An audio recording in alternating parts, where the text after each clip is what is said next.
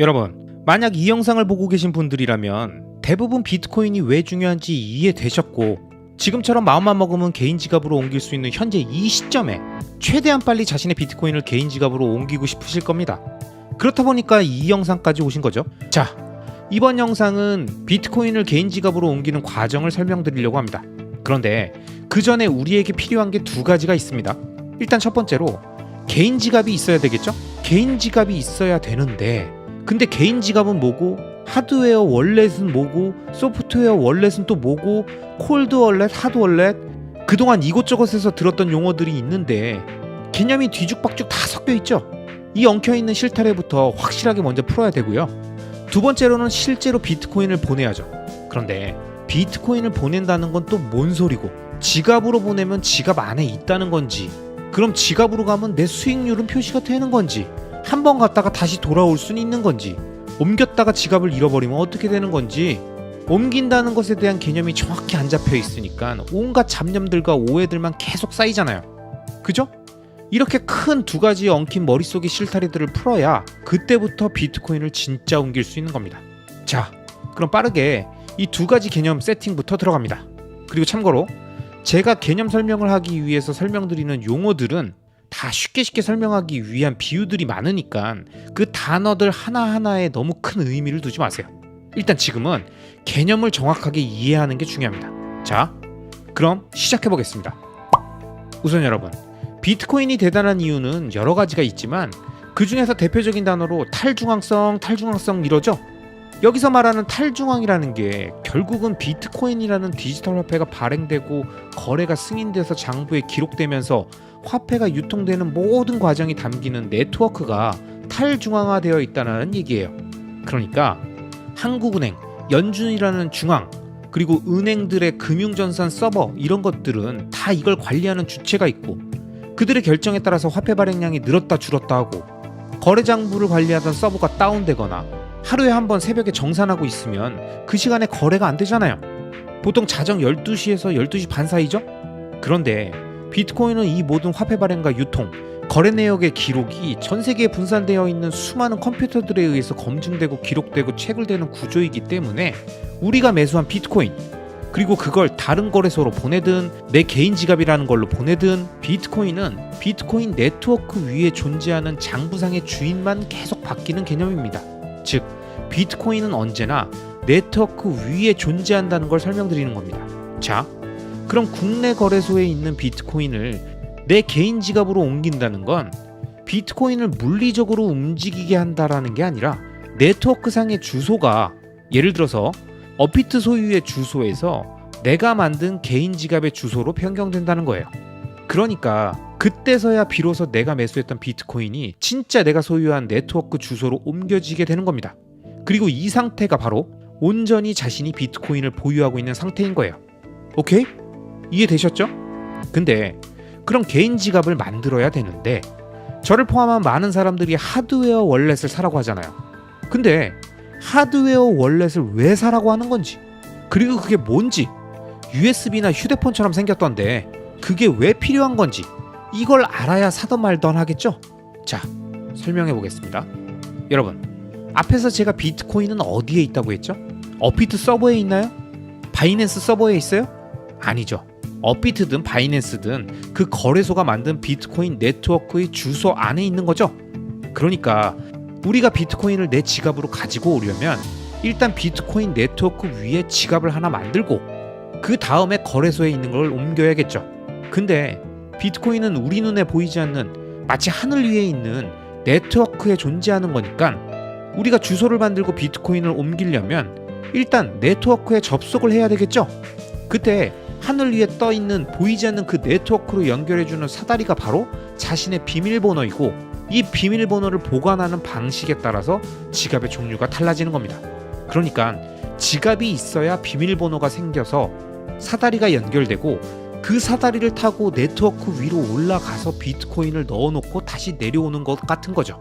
그럼 이 사다리가 어떤 방식으로 개인 비밀번호, 즉 개인 키를 보관하느냐로 콜드 월렛이다, 하드 월렛이다, 소프트웨어 월렛이다, 하드웨어 월렛이다로 갈리는데, 우리가 보통 한 라인이라고 하면 언제든 통화가 가능하게 연결되어 있는 직통 라인을 의미하듯이 핫 월렛이라는 건 비트코인 네트워크에 언제든 올라갈 수 있게 사다리가 항상 연결되어 있는 지갑을 의미하고요.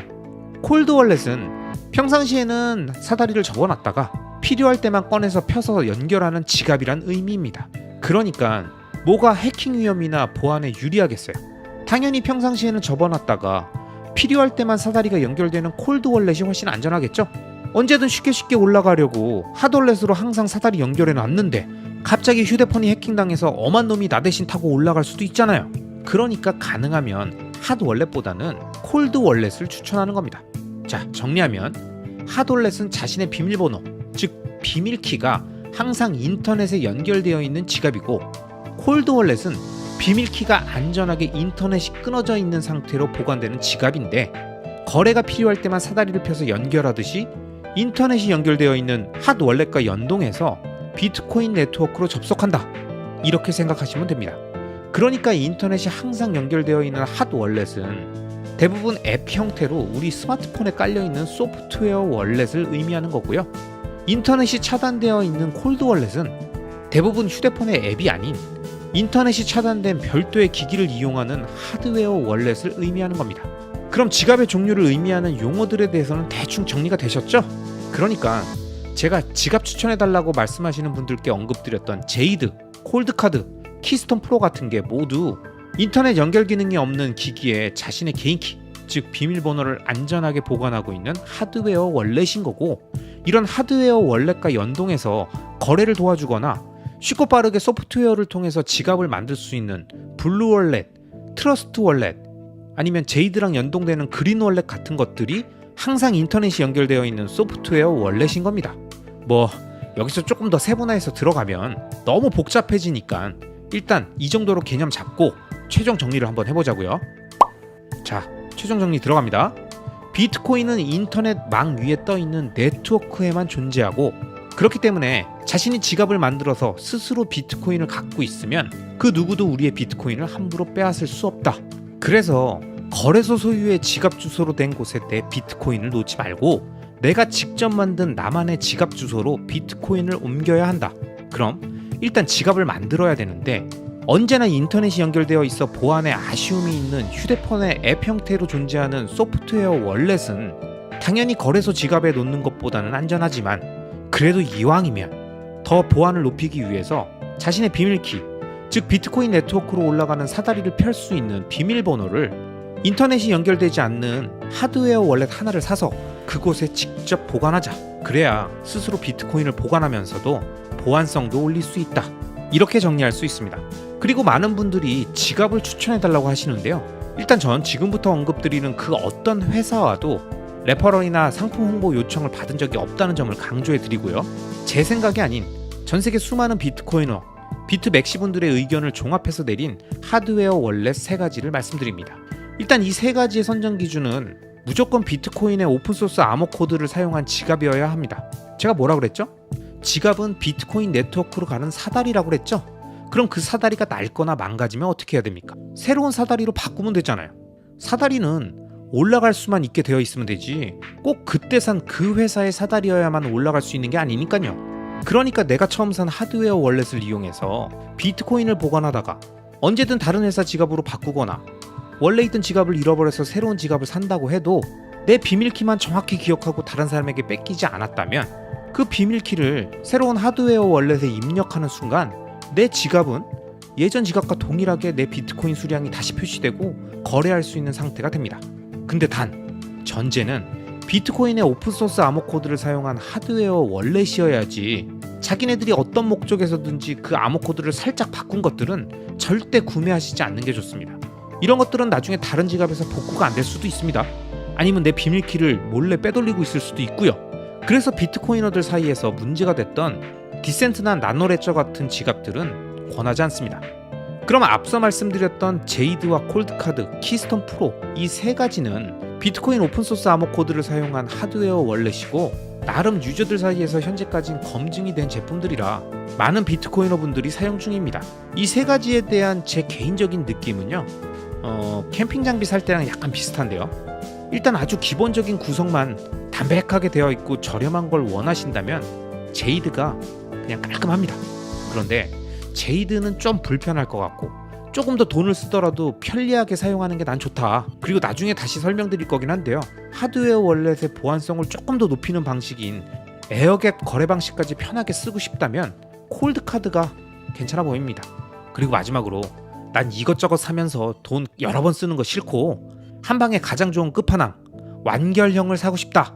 이런 분들이라면 키스톤 프로가 가장 좋습니다. 근데 이건 늘 품절 상태라 사기가 어렵다는 가장 결정적인 문제가 있습니다. 암튼 좀 더 자세한 각 하드웨어 월렛별 특장점이 궁금하신 분들은 1분 비트코인님이 예전에 만드셨던 영상이 아주 잘 정리되어 있으니까요. 이 영상 우측 상단에 띄어져 있는 카드를 선택해서 해당 영상을 이어서 보시면 좋을 것 같습니다. 자, 그럼 그 영상까지 보시고 하드웨어 월렛 하나를 사시면 모두 해외 제조사 제품들이기 때문에 배송돼서 오는데 최소 한 2주 이상은 될 겁니다. 아무튼 그렇게 해서 배송 받으시면요, 본인이 구매하신 월렛에 해당되는 영상들이 유튜브에 많이 있으니까요, 참고해서 비트코인을 거래소에서 하드웨어 월렛으로 꼭 옮겨 놓으시길 바랍니다.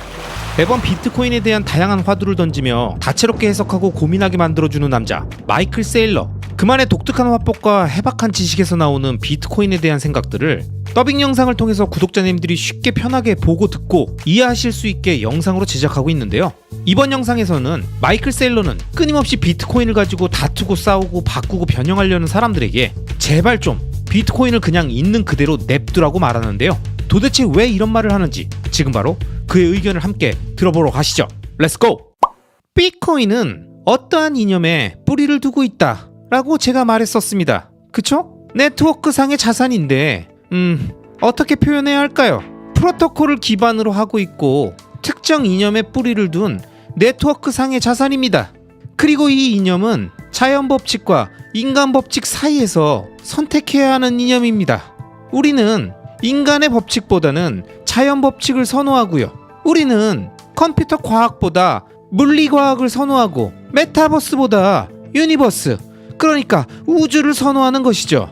일론 머스크가 물리학 법칙은 협상이 불가능한 반면 인간의 법칙은 한낱 제한일 뿐이라고 농담을 했었던 적이 있습니다. 비트코인은 실제로 그 자연 법칙에 순응하는 것이고 겸손한 면이 있습니다. 오스트리아 학파의 경제학이나 자본주의, 자유를 보면 대부분 긍정적인 이념들이고 자연 법칙과 자연권에 뿌리를 두고 있습니다. 여기에 인위성이나 인위적인 법령을 중첩시켜 놓으면 인간들은 빵을 구우면 안 되고 특정 시간에 잠을 자도 안 되고 이런 생각을 하면 안 되고 저런 말도 하면 안 된다는 등 10만 개의 법칙을 만들기 시작할 겁니다. 이런 일들은 결국 극단적으로 치닫게 되면서 사회를 파괴시키게 되죠. 너무 인위적이에요. 그리고 비트코인으로 말하자면 거대한 코드 기반이 아닙니다. 많은 코드를 작성해서 사람들에게 깊게 인상을 남기려는 목적으로 사토시가 이 일을 시작한 게 아닙니다. 사실 최소한의 코드로 만들려고 했던 게 핵심이었죠. 훌륭한 디자인의 진짜 목표는 미니멀리즘이잖아요. 유튜브에 돌고 있는 영상 중에 어떤 남자가 양철 캔박스에 8개인지 6개인지 서로 다른 모양의 블록을 갖고 있는데 삼각형 블록을 정사각형 구멍에 넣는 걸 보여주고 원통 블록을 정사각형 구멍에 넣고 직사각형 블록도 정사각형 구멍에 넣는 걸 보여주죠. 이게 시사하는 게 뭐냐면 사람들이 종종 과도하게 생각하고 과도하게 디자인을 한다는 겁니다. 8개의 다른 것을 8개의 다른 방법으로 만들려고 하는데 사실 이 모든 걸 단 한 가지 방법으로 만들 수도 있다는 거죠. 여러분, 마이클 셀러는 이번 영상에서 비트코인을 불변하는 자연 법칙, 물리학 법칙과 같다고 말하면서 언제든 마음대로 바꿀 수 있는 인간의 법칙이나 인위적인 법령이 아니라고 말합니다. 즉, 코드로 확정되고 공개되어 있는 화폐 총 발행량과 공급 정책, 그리고 중앙화된 운영 주체가 없이 탈중앙화된 상태로 존재하고 있는 비트코인의 현재 상태는 마치 이 세상에 물리학과 수학, 연력학의 영향을 받으며 존재하고 있는 여느 자연물과 같다는 거죠. 그렇게 사람이 인위적으로 조절하고 판단하는 현재의 화폐 시스템보다 훨씬 더 자연스럽고 시장 원리에 의해 작동되며 그 과정 역시 군더더기 없이 심플하다는 걸 강조합니다. 자, 그럼 이어서 좀 더 마이클 세일러의 의견을 들어보시죠. 위대한 디자이너들은 187개의 버튼을 만들지 않잖아요. 이 리모컨에는 버튼이 많은데 아이폰에는 버튼이 하나가 있거나 아예 없죠. 이상적인 인터페이스는 심플해요. 심플. 자, 그럼 컴퓨터 과학에서 이 모든 것을 코딩하려면 수백만 줄의 코딩이 있어야 합니다. 언덕 아래로 물이 흐르는 모습을 컴퓨터로 시뮬레이션 한다고 한번 생각해 보세요. 얼마나 많은 코딩이 필요하겠습니까? 단순한 언덕 하나를 주고요, 물 한 주전자를 떨어뜨리는 걸 컴퓨터 소프트웨어로 만드는 거예요. 이걸 시뮬레이션 하는 데는 정말 많은 소프트웨어를 만들어야 합니다. 그런데 자연의 경우 물이 올바른 방향으로 흐르게 하기 위해 코드가 필요한가요? 물은 그저 흐를 뿐이잖아요. 자연한테 이런 것은 어려운 일이 아닙니다. 그래서 사람들은 심플하고 우아한 것을 원합니다. 자연 법칙에는 에너지 보존 법칙, 빛의 속도나 소리의 속도가 있습니다. 중력의 법칙도 있고요. 에너지 보존 법칙에서는 물질을 파괴할 수 없습니다. 물질을 에너지로 전환시키거나 에너지를 물질로 전환시킬 수 있고, 빛을 열 에너지, 소리 에너지, 운동 에너지로 전환시킬 수 있지만 결국 에너지는 보존됩니다. 따라서 비트코인의 철학은 물리학에 뿌리를 두고 있습니다. 그리고 엔지니어링과 자연을 향한 겸손한 수능에 뿌리를 두고 있죠. 그리고 이것은 오스트리아 학파의 시장 논리와도 동일합니다. 즉, 시장이 결정하고 사람들이 뭘 할 것인지 결정하게끔 하는 것, 사람들이 어떤 행동을 해야 하는지 지시하면 안 된다는 것, 사람들을 자유롭게 내버려 둬야 한다는 것이죠. 그래서 저는 이렇게 말하고 싶습니다. 비트코인을 그냥 내버려 두십시오. 비트코인은 살아있는 유기적인 생명체이니까 그냥 놔두세요.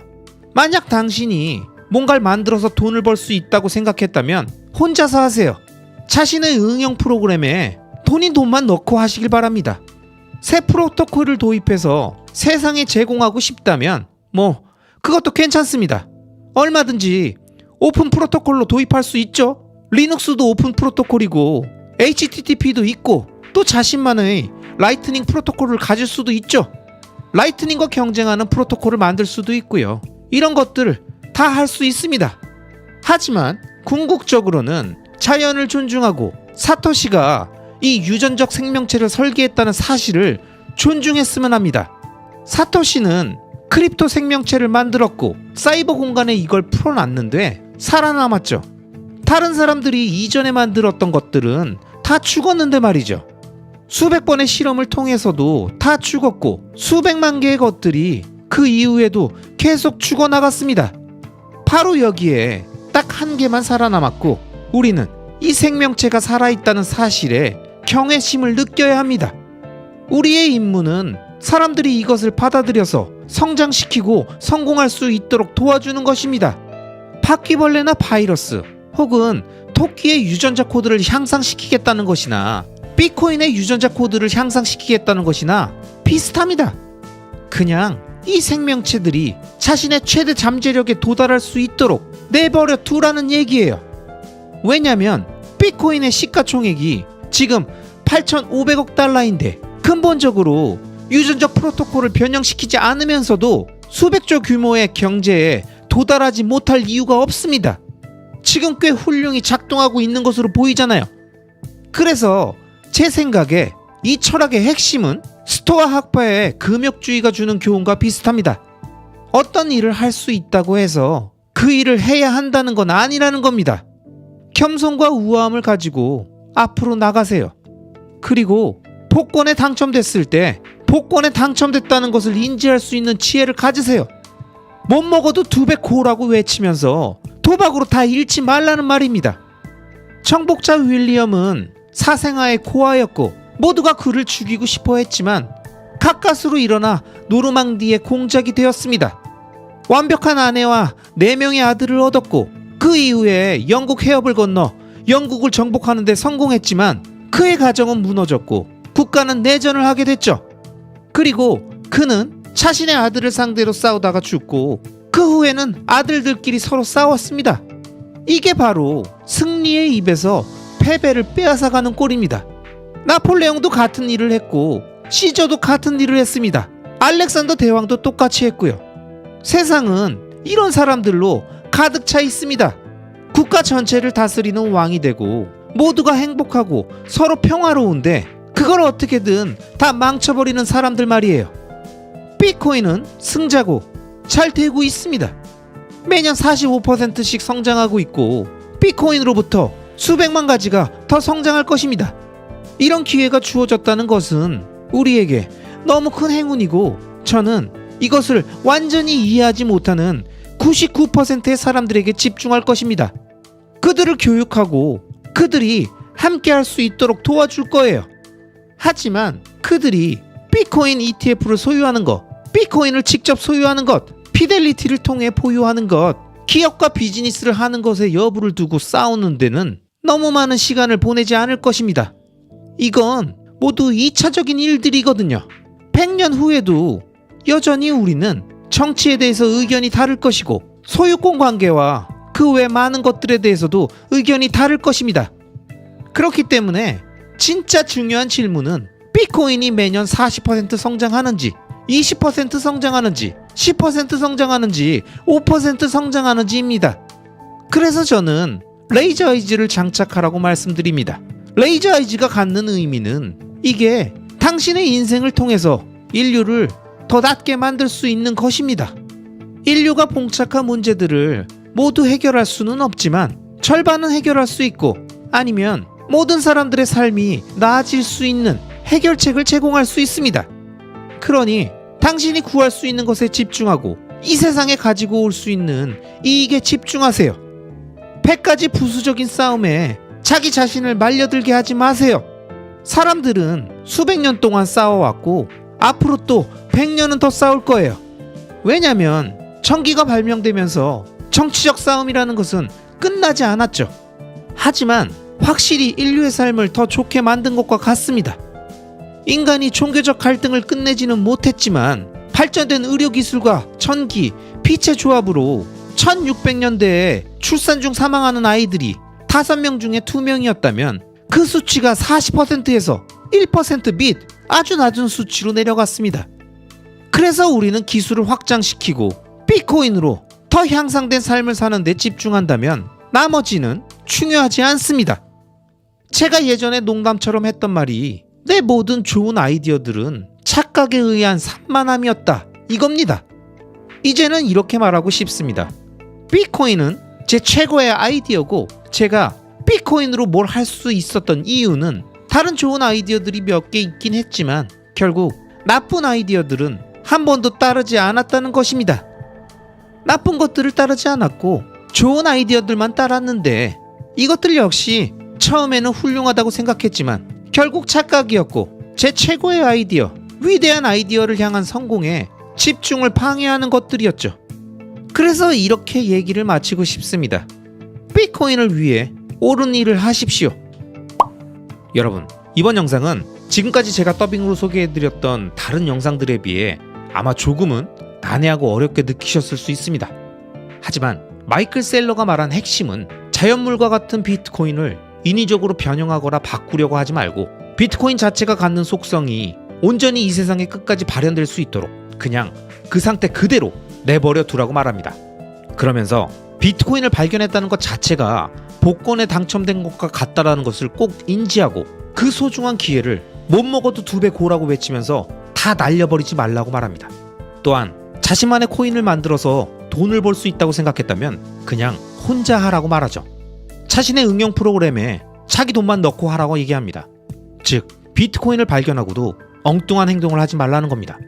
그러면서 마지막엔 비트코인이 성공하면 성공할수록 과거에도 그랬고 앞으로도 계속될 내부적인 갈등과 소모적인 논쟁에 집중하기보다는 비트코인 네트워크가 계속 성장하는 걸 바라보면서 그 안에서 각자 자신이 할 수 있는 일을 하는 것이 훨씬 더 가치 있다고 말하고 있습니다.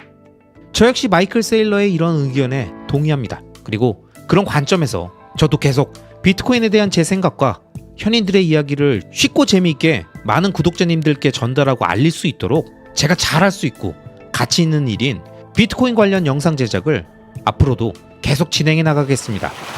비트코인을 처음 접한 사람들은 비트코인이 던지는 돈이란 무엇인가에 대한 물음과 자신의 돈을 안전하게 지킬 수 있는 금융 주권에 대한 생각에 빠져들면서 비트코인의 구조에 놀라움을 느끼기도 하지만 또 반대로 누군가는 다양한 의문들이 생기기도 합니다. 비트코인이 암호화폐라서 그 누구도 빼앗을 수 없다고? 양자 컴퓨터 개발되면 비트코인 바로 해킹이야. 사토시 나카모토라는 창시자가 사라져서 각국 정부와 중앙은행에 공격할 포인트가 없다고? 야, 사토시가 사라지기 전에 채굴한 대략 100만 개 물량 들고 갑자기 나타나면 비트코인 바로 끝장이야. 비트코인이 대단한 건 알겠는데 그건 현재까진 그럴 수 있는데 비트코인하고 똑같은 걸 만들 수 있는 거 아니야. 비트코인만 된다는 보장이 어디 있어. 더 좋고 더 빠르고 더 기능이 개선된 게 만들어질 거 아니야. 그런 코인 나오면 비트코인 바로 끝이지. 야, 다 필요 없고 디지털 화폐가 앞으로 세상에 필요하다고? 그럼 각국 정부에서 CBDC 같은 거 만들면 그게 최고지. 그때 되면 누가 비트코인 쓰냐? 바로 끝이야, 끝. 이렇게 선무당이 사람 잡듯이 비트코인 대충 이해하고 이런저런 상상을 하거나 이곳저곳에서 이런저런 이야기 듣다 보면 꼭 이런 질문들을 하게 된다는 거예요. 그리고 개 중에는 자신이 엄청난 인사이트로 아주 날카롭게 핵심을 찔렀다는 만족감을 머금은 그 확신에 찬 말씀을 하시는 분들이 계시는데요. 제가 이런 말씀 드려서 죄송하지만 앞서 언급된 모든 질문들은 아주 오래된 그리고 지금은 아주 지극히 평범한 질문들이라는 점을 솔직하게 말씀드리면서 인터넷에서 조금만 검색해 보시면 이미 꽤 많은 답변들이 잘 정리되어 있다는 점을 말씀드립니다. 자, 그럼에도 불구하고 검색해서 자세하고 심도 깊은 내용들 찾아보시기 전에 그냥 간단하게 이런 질문들에 대한 제 생각을 여러 편의 영상을 통해서 아주 쉽게 같이 한번 생각해 볼 수 있게 이야기해 보려고 합니다. 그리고 그 첫 번째 주제로 양자 컴퓨터 등장하면 비트코인 끝장이라는 맨날 심심하면 등장하는 이 내용을 이번 영상에서 가장 먼저 얘기해 보겠습니다. 자, 여러분 생각해 봅시다. 일단 비트코인은 디지털 화폐가 아닙니다. 단순한 디지털 화폐가 아니에요. 지금 우리가 사용하는 법정 화폐도 이미 금융 전산망 위에서 디지털화된 상태로 주고받고 있잖아요. 카카오페이, 토스페이 이런 걸로 돈도 주고받고 선물도 사고 다 쓰다 보니까 비트코인을 디지털 화폐라고 생각하면 뭐가 대단한 건지 모르겠고 오히려 정부가 보장도 안 해주는 걸 뭐가 좋다고 쓰는지 모르겠다는 말만 하시는 겁니다. 그런데 여러분, 비트코인은 우리가 지금 이미 디지털 환경에서 인터넷 기반의 다양한 어플에서 사용하고 있는 단순한 디지털 화폐가 아니라 암호화폐입니다. 그럼 또 이런 얘기를 하시는 분들이 계실 겁니다.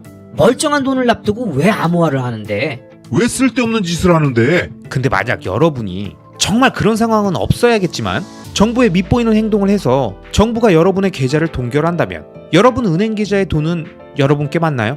자기 돈인데 다른 사람이 마음대로 쓰지 못하게 막고 빼앗을 수가 있죠? 그럼 진짜 이게 내 돈이 맞습니까? 여러분 돈이 맞나요? 그런 일이 왜 일어나냐고요? 그런 일은 범죄자들이나 겪는 일이라고요? 여러분 다 아시죠? 현재 진행 중인 러시아 우크라이나 전쟁 터졌을 때 러시아에서 루블화 폭락하니까 너도 나도 은행에 가서 루블화를 달러로 바꿔서 인출하려고 하니까 어떻게 했습니까? 인출을 제한해버렸죠? 우크라이나도 마찬가지였고요. 인출 못하게 막아버리는 거예요. 이건 전쟁이라는 극단적인 상황이라서 그런 거라고요? 그럼 2022년에 캐나다에서 코로나 백신 의무화에 반대해서 트럭으로 시위를 벌였던 사람들의 은행 계좌를 긴급 조치를 통해서 법원 명령 없이 언제든 정부 마음대로 동결할 수 있게 해버렸던 건 알고 계십니까? 그럼 내 은행 계좌에 있는 돈이 진짜 내 마음대로 금융주권을 갖고 쓸 수 있는 돈이 맞는지 한번 생각해 보세요. 캐나다는 선진국이잖아요. 전쟁도 일어나고 있지 않잖아요. 그냥 시위한 것 뿐이잖아요. 그래도 동결한다니까요. 이렇게 자신의 의지와는 상관없이 위정자들과 강력한 권력에 의해서 자신의 자산이 몰수되거나 동결될 수 있는 상황은 전 세계 어느 나라에서든 중대한 범죄자가 아니어도 충분히 일어날 수 있습니다.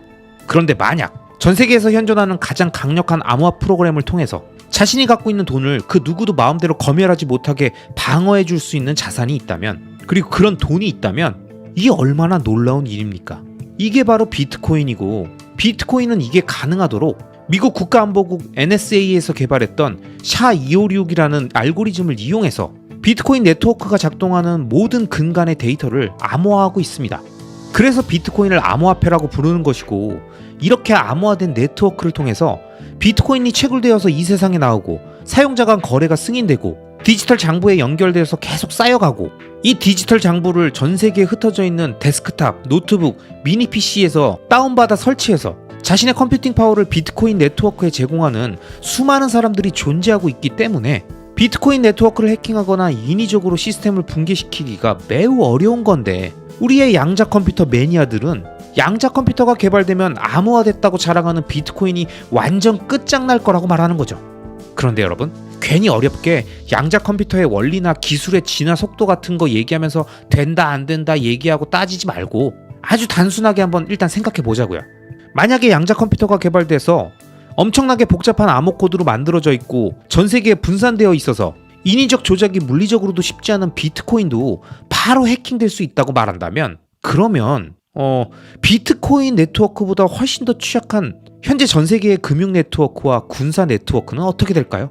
맨날 심심치 않게 전 세계의 기업 전산망이 해킹되고 정부 주요 기관의 기밀 문서가 뚫리고 은행 전산망, 통신사, 국방부, 지금도 전 세계 어딘가에선 맨날 털리고 있는데, 양자 컴퓨터를 이용해서 모든 게 다 해킹될 수 있는 엄청난 기술이 개발됐다면, 그리고 그걸 막을 수 있는 방어 기술이 없다면 그 엄청난 기술로 고작 시총이 1000조 원도 안 되는 비트코인만 공격할까요? 그것도 공격 난이도가 제일 빡실 텐데, 지금까지 단 한 번도 뚫리지 않았던 비트코인 네트워크를 뚫어서 양자 컴퓨터의 힘을 보여주겠다면서 딱 비트코인만 뚫고 자 이제 끝! 이렇게 할까요? 시총이 1000조 원이 넘는 나스닥 기업들 서버 해킹해서 기밀 정보 싹 빼내서 경쟁 기업에 팔아먹고 미국 국방부랑 백악관 싹 털어서 핵미사일 시스템 해킹해서 마음대로 협박할 수 있을 거 아니겠습니까? 양자 컴퓨터를 개발하셨으니까 미국 정부의 추적 정도는 충분히 따돌릴 수 있을 텐데 뭘 못하겠습니까? 그죠? 근데 이렇게 좀만 생각해봐도 전 세계의 모든 시스템이 붕괴되고 난리가 날 수 있는 그 상황을 고작 비트코인 해킹된다는 얘기로 결론 내는 게 이게 무슨 황당한 전개입니까? 뭔가 상식적이지가 않잖아요. 그죠? 그리고 모든 기술의 발전은 공격과 방어의 양쪽에서 함께 발전하는 법인데, 양자 컴퓨터 기술을 이용해서 해킹하는 것만 발전하고 그걸 방어하기 위한 기술의 발전은 전혀 생각 안 하고 그냥 모든 시스템이 현재 상태 그대로 있을 거라는 건 이건 너무 순진한 발상이 아닙니까?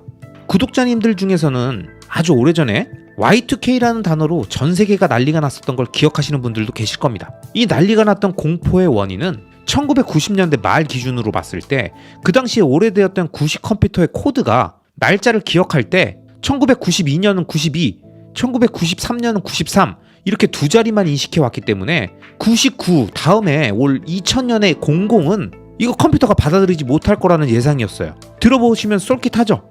그래서 Y2K 버그라고 이름 붙여져 있는 이 문제의 코드를 추적해서 네 자리로 수정하기 위해서 각국 정부와 기업들이 IT 기술자를 고용하는데 어마어마한 비용을 들였습니다. 그렇게 해놓고도 2000년이 됐을 때 문제가 없을 거라고 확신 못한다면서 이걸로 공포 떨면서 세상은 망한다고 난리쳤던 언론과 사람들이 엄청나게 많았습니다. 근데 2000년 됐을 때 어떻게 됐어요? 아무 일도 없었죠? 왜? 그게 문제가 될 것 같으면 시스템을 그 전에 이미 개선했을 거 아니겠습니까? 그리고 Y2K는 실제로 아무것도 안 했던 러시아나 이탈리아 같은 국가에서도 아무런 문제가 없었습니다. 2000년 1월 1일에 그냥 컴퓨터가 다 똑같이 움직였어요. 그냥 말 그대로 기우였던 겁니다. 자 여러분, 제가 양자 컴퓨터가 Y2K 같은 기우라고 말씀드리는 게 아닙니다. 엄청난 연산력의 양자 컴퓨터가 개발되면 당연히 전 세계의 모든 보안 프로그램에 문제가 생길 수 있겠죠. 근데 양자 컴퓨터가 개발된다. 그럼 지금의 컴퓨터하고는 비교할 수 없을 정도로 폭발적인 연산력을 갖게 될 것이다. 그러니까 비트코인 네트워크의 암호 체계도 뚫린다. 이렇게 얘기하는 사람들이 왜 그런 상황이 생겼을 때 비트코인만 문제가 될 거라고 생각하고 그보다 취약한 현존하는 모든 세계의 보안 체계에 대해서 전혀 언급을 안 하는지 아십니까? 그건 사실 그들도 제가 설명드렸던 것처럼 양자 컴퓨터를 이용한 해킹 기술이 발전하면 그에 대응한 방어 시스템이 함께 개발된다는 걸 당연히 알고 있기 때문입니다. 그러니까 기존 시스템들은 다 방어 시스템을 업그레이드 할 거라서 문제가 안 될 거라고 생각하면서도 비트코인만 그때까지도 SHA-256 같이 기존 암호 알고리즘을 쓸 거라고 딱 고정시켜놓고 까는 거예요. 에이, 아니 아무리 비트코인이 싫어도 그렇게 이야기를 전개시키면 되겠습니까? 그것도 오래전부터 이미 언급되다 들어갔다 왔다 갔다 이 지겨운 이슈를 마치 다른 사람들은 모르는 엄청난 결점을 본인이 처음 발견한 양 얘기하시면서 이렇게 억측을 하는 건 좀 민망하지 않을까요? 조금만 마음을 열고 검색해보고 생각해보면 답이 나오잖아요. 그쵸? 제가 기술적인 내용 없이 그냥 상식적인 수준에서 말씀드렸으니까 아마 대부분의 분들은 다 이해가 되셨을 텐데요. 그래도 이해가 안 간다, 나는 믿을 수가 없다, 아니면 이해는 됐는데 조금 더 기술적인 내용들까지 자세히 알고 싶다는 분들은 넷달바님이 이전에 만들어 놓으셨던 영상에 너무 쉽게 기술적인 내용들을 포함해서 이번 이슈를 잘 설명해주고 계시는 게 있으니까요. 한번 이 영상을 살펴보시면 좋을 것 같습니다.